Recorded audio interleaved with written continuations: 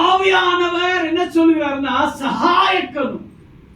அவர் இருக்கிறாரு சகாயக்கனா.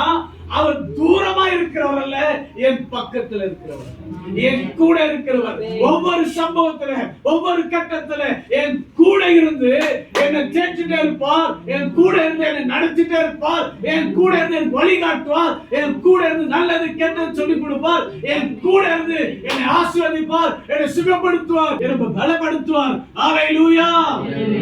சத்தமே வர மாட்டேன். மைக்க பிடிச்சு கத்துனாலும் சத்தம் வர மாட்டேங்குது, தொண்டை கிழிச்சு பேசினாலும் சத்தம் வர மாட்டேங்குது.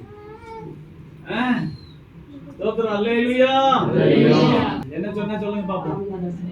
ஆவியானவர் கூட இருந்து நடத்துவார். ஹல்லேலூயா.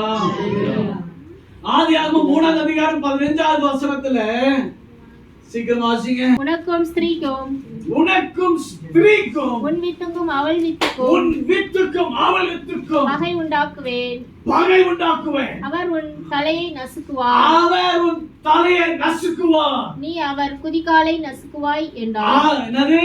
நீ அவர் குதிகாலை. ஹல்லேலூயா. அவர் என்ன பண்ணுவாரா? தலையை நசுக்குவார். ஹல்லேலூயா. எத்தனை பேருக்கு புரியுது? ஆமென். அவர் தலையை நசுக்குவார்.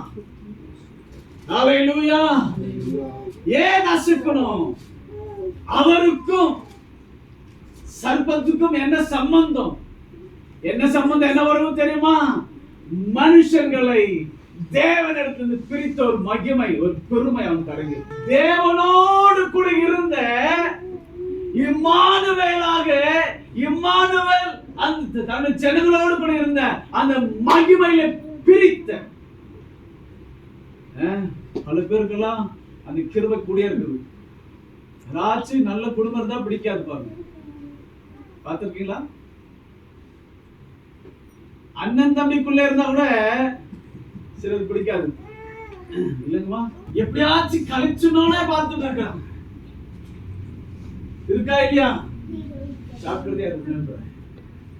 ஏன் ஜாக்கிரதையா இருக்கணும் தெரியுமா? நீங்கள் அந்த அன்பு பாசத்தை விட்டு போயிடுவீங்க. நமக்குள்ள என்ன இருக்குது இப்ப பாத்தீங்களா? பிரிவினை ஆவி நமக்குள்ளே இருக்கு.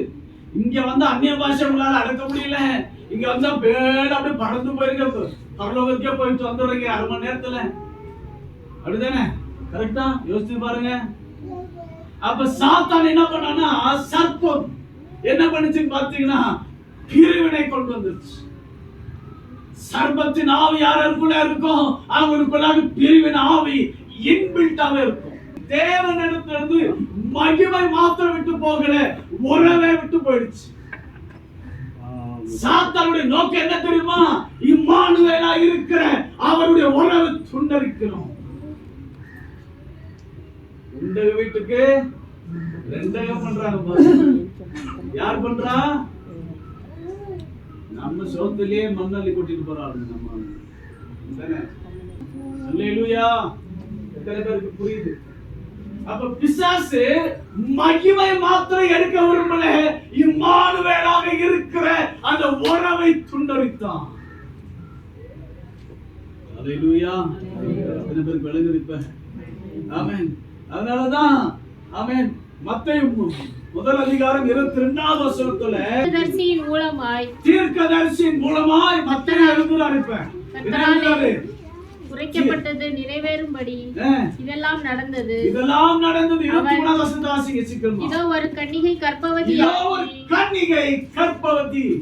என்னது? கர்ப்பவதியாகி ஒரு குமாரனை பெறுவாள். ஒரு கன்னிகை கர்ப்பவதியாகி ஒரு குமாரனை பெறுவாள். அவருக்கு இம்மானுவேல் என்று பெயரிடுவார். இம்மானுவேல் என்பதற்கு தேவன் நம்மோடு. இம்மானுவேல் என்றால் என்ன?